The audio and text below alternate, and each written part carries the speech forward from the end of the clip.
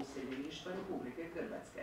Područje znanstvenog interesa profesora Jurića su migracije, nacionalizam, integracija i digitalna demografija. Vodio je više znanstvenih i stručnih projekata te mentorirao i kreirao više demografskih strategija, među ostalim za Federaciju Bosne i Hercegovine te Evropski parlament.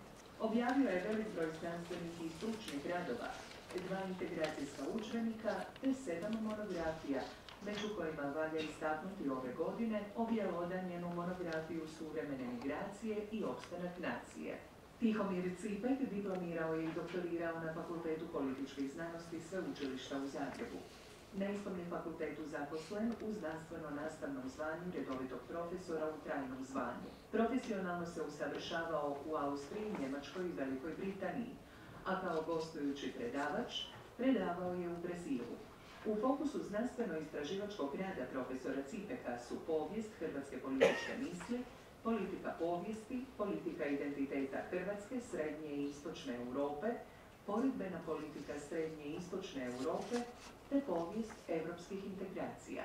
Uređivao je i suuređivao biblioteke povijest hrvatskih političkih ideja i kulture sjećanja. Profesor Cipek bio je predsjednik Hrvatskog politološkog društva. Iz njegove bogate zbirke objavljenih dijela valja istaknuti najznačajnije knjige: Ideja Hrvatske države u političkoj misli Stjepana Radića, Nacije, diktature, Europa, te suautorstvo knjiga Politički sustav Rusije i Hrvatska politološka tradicija, prinosi za povijest hrvatske politologije. Ivan Rogić studij psihologije završio je na Sveučilištu u Beogradu, a studij filozofije na Sveučilištu u Zagrebu. Na Zagrebačkom sveučilištu doktorirao je u području sociologije. Od 1989. bio je profesor na Arhitektonskom fakultetu u Zagrebu, a od 2007. do umirovljenja bio je zaposlen na Institutu društvenih znanosti Ivo Pilar. Osnovna su mu područja znanstvenog rada urbana sociologija, sociologija okoliša i sociologija razvoja. Objavio je velik broj znanstvenih i stručnih monografija, te je više knjiga među kojima valja istaknuti naslove: Stanovati i biti, rasprave iz sociologije stanovanja, Periferijski puls u srcu od grada, Zamke revitalizacije, te Tehnika i samostalnost, okviri za sliku treće hrvatske modernizacije. Za svoj znanstveni rad dobio je državnu nagradu za znanost 1997. godine. Profesor Rogić objavio je više zbirki pjesama. Za svoj cjelokupni pjesnički opus nagrađen je nagradom Goranov vijenac, nagradom Vladimir Nazor za životno djelo te nagradom Visoka žuta žita. Odlikovan je redom Danice Hrvatske slikom Marka Marulića. Ja sam Ivana Vukić, urednik emisije Krešimir Čokolić, a moderator večerašnje tribine je Jakov Blagojević. Poštovane slušateljice i slušatelji, cijenjena publiko, dobar vam večer. Slušate tribinu trećeg programa Hrvatskog radija. Naša večerašnja tribina koju smo naslovili Nacije pred izazovom migracija potaknuta je recentno objavljenom monografijom profesora Tade Jurića koji je evo večeras naš gost u studiju. Sjećam se profesore kad ste zadnji put gostovali u našoj tribini, razgovarali smo također o demografiji i tada se još jako puno govorilo o valju iseljavanja iz Hrvatske. Tada ste spomenuli da nam slijedi i veliko useljavanje, to nam se tada činilo kao možda još daleka stvar, ali evo, dogodilo se, čuli smo uvodne podatke, evo nekako baš nakon toga od 2022. kreće taj veliki val useljavanja. Pa evo, migracijski saldo u Hrvatsku u 2023. godini je pozitivan, trebamo li time biti zadovoljni? Kakvi su aktualni trendovi u ovoj i u protekloj 2024. godini? Jesu li se trendovi nastavili? Evo, dobro večer svim slušateljima, prisutnim gostima u knjižnici Bogdana Ogrizovića. Dozvolite mi samo evo da zahvalim recenzentima profesoru Tihomiru Cipeku i profesoru Ivanu Rogiću koji su recenzirali knjigu, ali i profesoru Stjepanu Štercu koji evo večeras nije tu. Dakle, kad ste spomenuli da smo govorili o iseljavanju, Vjerujte mi da se i ja sam često iznenadim kako smo tako lako prešli s teme iseljavanja mladih Hrvata i na neki način se pomirili da je to naša nekako sudbina, neminovnost i tako lako se prebacili na takozvanu zamjenu radne snage. Već vidimo znači, da i ti trendovi postaju uobičajeni i recimo za 2-3 godine ne bih se čudio da to bude uobičajen diskurs u hrvatskom društvu.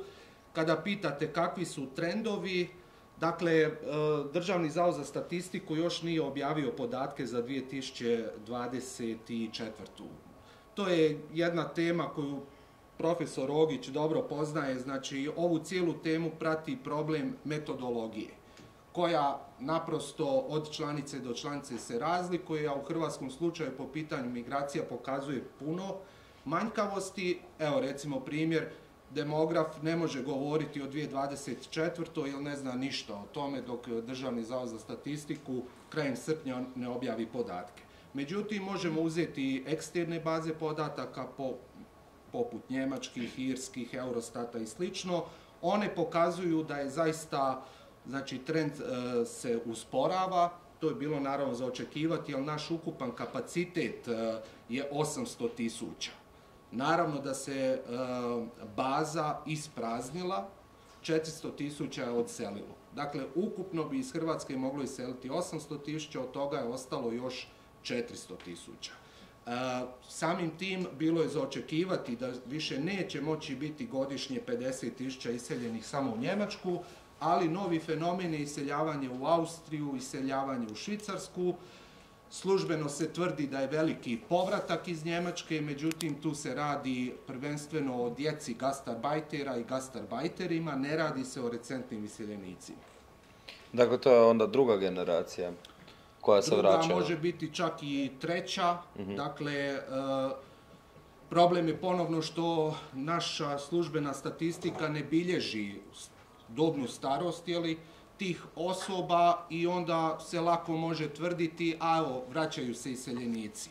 Po našim studijama koje radimo sa iseljenim Hrvatima, dakle, pokazuje se da nije riječ o njima i da recimo njima ne odgovara multikulturalizam koji postaje službena politika Hrvatske i da tvrde ako bi se vratili iz Njemačke, vratili bi se zbog toga što im se ne sviđa više život u multikulturalnom društvu i očekuju da je Hrvatska ostala taj nekakav, ajmo reći, još, kako to nazvati, uglavnom društvo u koje bi se vratili kako su ostavili iza sebe, međutim i ovo se društvo jako ubrzano mijenja i što želim reći, znači iseljenicima zapravo ovo ne odgovara i ovakvim trendovima daljnjih useljavanja strane radne snage odbijamo povratak iseljenih Hrvata. Profesore Cipek, za početak prije nego što možda se dublje posjetimo materiji, pa evo postoje nekakvi trendovi unutar historiografije koji cijelu povijest promatraju kao povijest migracija. Jesu li migracije zapravo konstanta u povijesti ili su ove migracije kojima sada svjedočimo u Hrvatskoj i Europi specifične u odnosu na sve one nekakve prethodne u povijesti? Što mislite? Najprije dobre večere, hvala što ste došli, pozdravljam slušateljice i slušatelje, a profesoru Tadi Juriću čestitam na knjizi. Ja mislim da mi zapravo svjedočimo jednom potpuno novom fenomenu. Uvijek je bilo migracije, ljudi su dolazili i odlazili, ali postoji ova druga strana medalje, a to je da Europa cijela nestaje. To je taj jedan demografski pad Europe i to, pazite, prvi put nakon 700 godina. Nakon 700 godina, nakon crne smrti. Kad je stanovništvo Europe prepolovljeno, to je sredina 14. stoljeća, neprekidno stanovništvo raste. Čak i ovi ratovi strašni, Prvi svjetski, Drugi svjetski rat, nisu zapravo taj trend rasta stanovništva uspjeli zaustaviti, odnosno spriječiti. Sad se događa zapravo početkom, krajem 20. 21. stoljeća da pada broj stanovnika Europe. I to ima, ja bih rekao, vrlo velike posljedice. najmanje, mislim, između ostalog, naravno, na ekonomiju, to je sad stvar demografije i drugih analiza. Ja bih samo neke podatke za Hrvatsku pročitao, evo, podijelio bih sa slušateljima i našom publikom. Svakog dana u Hrvatskoj umre 147 osoba. Rodi se 90. Od 2022. godine svakog dana u prosjeku u Hrvatsku useli 500 osoba iz trećih zemalja, a iseli se 110. I mislim da je to potpuno jasno koji je tu trend i mislim i taj trend se nastavlja naravno na ovu knjigu koju smo imali zadovoljstvo i čast predstaviti prije, Iseljavanje Hrvata u Njemačku, gubimo li Hrvatsku. To je onda profesor Tadić postavio sa upitnikom, jer sad više upitnik nema. Nema potrebe da stavimo upitnik, mislim, taj trend se promijeni. Sad, to naravno, mislim, ima ovakvih i onakvih konsekvencija. Ko kasnije možemo i u diskusiji vidjeti kakve su to konsekvencije za ekonomiju, za zdravstveni sustav, a ja bih rekao za politiku. I tu su ključne konsekvencije. Mi ulazimo, zahvaljujući tom demografskom padu i migracijskom trendu, jedan novi politički svijet. I to ću probati kroz ovu našu diskusiju argumentirati. Dakle, mi iz jedne ipak jednoetničke demokracije ulazimo u nekakvu multietničku demokraciju. To ima naravno ovakvih i onakvih strana, dobrih i loših, vidjet ćemo, ali i mi se mijenjamo. No? Tako da, povijest je puna migracija, ali nije puna kao što sam se trudio pokazati, nema takvog demografskog pada. Nakon 700 godina prvi put Europa jako pada, s obzirom na broj stanovnika. Profesore Rogiću, je li to, evo nekako u očima promatrača se čini da je Hrvatska zapravo preko noći od iseljeničke zemlje postala useljenička zemlja, pa kako je došlo do toga fenomena i kako se on odražava u društvu? Kad bi ja to znao, onda bih bio malo pametniji. Prvo bih pozdravio sve prisutne i drago mi je što mogu sudjelovati ovdje u ovoj raspravi i pridružio bi se pohvali ove knjige. Ovo je jedna od rijetkih knjiga i pohvalio bi ovdje i napor izdavača, jer je jednostavno i za ovo objaviti trebalo odlučnosti i hrabrosti. I još bih nešto dodao, kad ste me predstavljali tamo, onda uvijek kad me predstavljaju, sjetim se, ako se ne varam, jednoga od ovih velikih pisaca, Becketa, kad su mu javili da je dobio Nobelovu nagradu, onda mu je bila prva reakcija, veli, mora da je to zabuna. Tako da i ja kad me ovdje predstavljate, uvijek imam kako bi se reklo, tu reakciju, mora da je to zabuna. Tako da molim da ovo pridružite ovom predstavljanju. Dakle, je li ovo baš se dogodilo preko noći?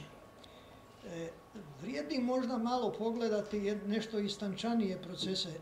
Recimo, mi imamo i u 17. i u 19. stoljeću određene useljeničke procese unutar Hrvatske. Druga je stvar što se to nije događalo u formi samostalne nacionalne države, pa je onda to nekako išlo, kako bi se reklo, više kao dio nekih širih povijesnih procesa, nego što je to bilo izdiferencirano precizno.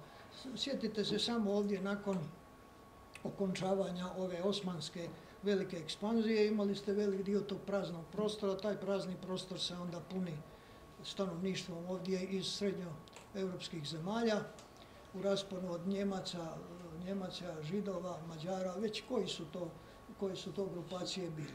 Isto tako može se reći da i u razdoblju, barem druge Jugoslavije, ako možemo tako spomenuti, imate također useljavanje u Hrvatsku određenih grupacija koje danas kad ih promatramo, to se zbiva sve u istoj državi, tada u istoj državi, ali zapravo kad pogledate ove granice, onda vidite da su tu neka su se tu useljavanja događala. Tako da taj obrat nije, kako bi se reklo, barem za one koji to malo više gledaju, nije iznenađujući. zapravo je očekivano na jedan način da će reprodukcija cijela stanovništva ovakvih društava kao što je Hrvatsko biti djelomično ovisna i o useljavanju. Jednostavno to proizlazi najprije iz tog jednog nama uzbaštinjenog, ako hoćete, periferijskog položaja. Ja sam o tom govorio kao o dvostrukoj periferiji. Jedna je bila Hrvatska u odnosu na šire ove političke tvorevine, a onda srednjoeuropska u odnosu na zapadne središta modernizacije. Tako da je taj paradoks dvostrukog periferijskog položaja nešto što implicira da će se određene modernizacijske nadoknade zbivati i kroz useljavanje. Zadnji ovaj fenomen, dakle ovog useljavanja, ja bih ovdje bio na jedan način, imam potrebu ovdje biti malo, što je i Tado rekao, malo metodološki skeptičan, ne što da bih dovodio u pitanje same podatke, nego oko nečega drugoga. Stalno se govori o uvozu radne snage. Radna snaga nije socijalna kategorija, nego je tehnička kategorija. To je kategorija tehničkog sustava proizvodnje, a nema socijalna obilježja, ni socijalne implikacije. Sad ako imate model razvitka koji se temelji na takvom razumijevanju sudionika, onda zapravo se događa nešto što je inače bilo karakteristično i za modernizacijske predloške u prethodnom razdoblju, gdje se zapravo gubi svijest o tome kakvi vanjski efekti nastaju takvim jednim postupkom. To je, ako se ne varam, to je u ekonomiji svojedobno se zvalo eksterni efekti, ovako nekako. Dakle, što znači u društvu, u strukturi, u teritorijalnoj strukturi, u funkcionalnoj strukturi gospodarskoj, što znači ako vi dovodite jednu grupaciju, a da pritom uopće se nema u horizontu učinci te prisutnosti. Dakle, riječ je o jednoj vrsti, ako hoćete, slijepe modernizacijske mehanike, i ja mislim da tu negdje treba situirati raspravu. Dakle, kako se uopće to useljavanje razumije. To mi se čini i po meni je ovo riječ o, nisam siguran da sam dovoljno jasan, ali čini mi se da je riječ o jednom modelu koji nije sposoban za cjelovitije razumijevanje razvojnih koraka koji su u igri kada govorimo o useljavanju. Mislim da je tu veći problem, jer dok se to ne izvede na čisto, nisam siguran da ćemo uspjeti u nekoj prevenciji nekih tendencija koje ne volimo. Hoćete, ako sam dobro shvatio, reći da mi tražimo radnike, a dolaze nam ljudi. To je stara ovog švicarskog pametnog književnika, usput, ne stručnjaka iz socijalnih ili političkih znanosti, nego književnika koji je rekao da, dolaze nam ljudi, a ne dolaze radnici. Taj pomak, znate, to uočavanje koje realne učinke u društvu, u okolišu, u institucijama, u kulturnom poretku nastaju takvim intervencijama. Nisam siguran da ovo sve što mi imamo, što dolazi po ovim osnovnim podacima, a vjerujem da treba biti skeptičan prema jednom broju podataka, nisam siguran da imamo razloga biti optimisti. Meni je palo na pamet ovo, ako smijem, samo ispričavam se. Izvolite. Hrvatska je negdje iza 90-ih uspjela konsolidirati pismenost, negdje na razini srednje škole, otprilike.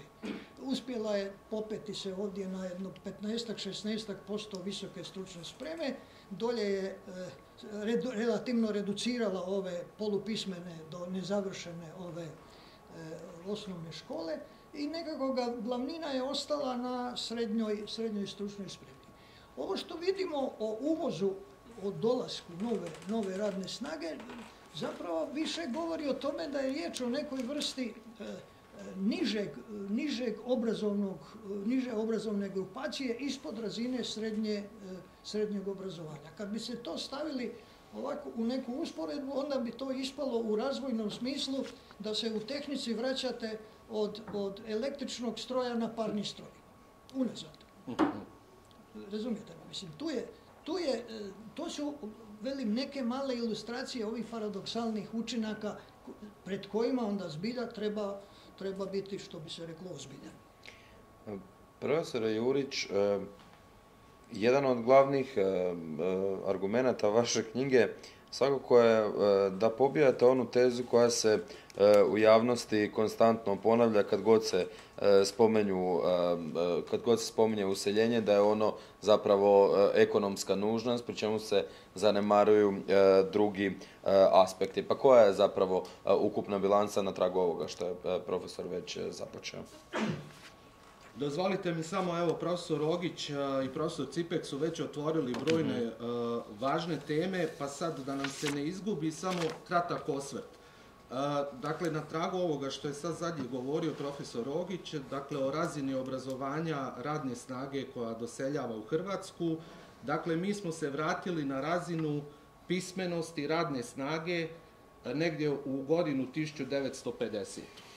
Znači, cijelo vrijeme smo tvrdili kako nam je potrebno visoko obrazovanje, pa smo na silu pretvarali više škole u fakultete i slično pred ulazak u EU i onda smo potpuno preokrenuli paradigmu i, dakle, otvorili se, evo, radnoj snazi koja ima obilježja koja su spomenuta. Druga stavka, kada se govori o tehničkom aspektu, zaista je tako. Znači, na razini svijeta se nakon nafte najviše zapravo trguje radnom snagom. Ali evo, ja bih volio neku referentnu točku uzeti za ovo isto što je profesor Rogić spomenuo, za povijesni razvoj demografski, Hrvata. Ja mislim da je najbolje to usporediti sa Srbima. Pazite, Srbi su u 19. stoljeću bili dvostruko manje brojna populacija od Hrvata. Bili su 1,2 milijuna, Hrvati su bili 2,3. Znači, pričamo o sredini 19. stoljeća. Da bi, znači, Srbi došli na 7,5 milijuna, a Hrvati cijelo razdoblje 20. stoljeća ostali na istom broju. Znači, Hrvati danas broje jednak broj kao pred Prvi svjetski rat. Nama je 20. stoljeće demografski izgubljeno stoljeće. U 20. stoljeću svijet je došao sa, znači, od kraja 19. na prijelaz, svijet je došao s milijarde na 8 milijardi danas. Hrvati su sa 3,5 milijuna ostali na 3,5 milijuna. Dakle, mislim da je to referentna točka koja puno govori o sebi. Srbi su, znači, od dvostruko manje populacije od Hrvata došli do tog da su dvostruko veća od Hrvata. I još samo u vezi radne snage, profesor Rogić je spomenuo, znači, ovdje što je čudno u ovim migracijama. Znači, one ne teku uobičajeno. Teorija govori da ljudi sele na kratke udaljenosti. Drugo što je neuobičajeno je da, znači, nama dolaze ljudi koji prelaze po 8000 km. Drugo neobičajeno je da je nama useljavanje s drugih kontinenata, a literatura govori, doseljava se u pravilu slične kulture. Dakle, nama useljavaju kulture s kojima Hrvati kroz povijest nikada nisu imali dodirnih točaka. U Habsburškoj monarhiji su to bili Mađari, Italijani, Njemci, to je sve ista ili slična kultura. Nama je sada 50% useljenika s drugih kontinenata. To nas razlikuje od ostalih EU članica. U Njemačkoj useljava 25 puta manje radnika s drugih kontinenata. Njemačka se fokusira na uvlačenje radne snage s periferije Evropske unije, dakle iz Europe. Koji su efekti toga? Pa pazite,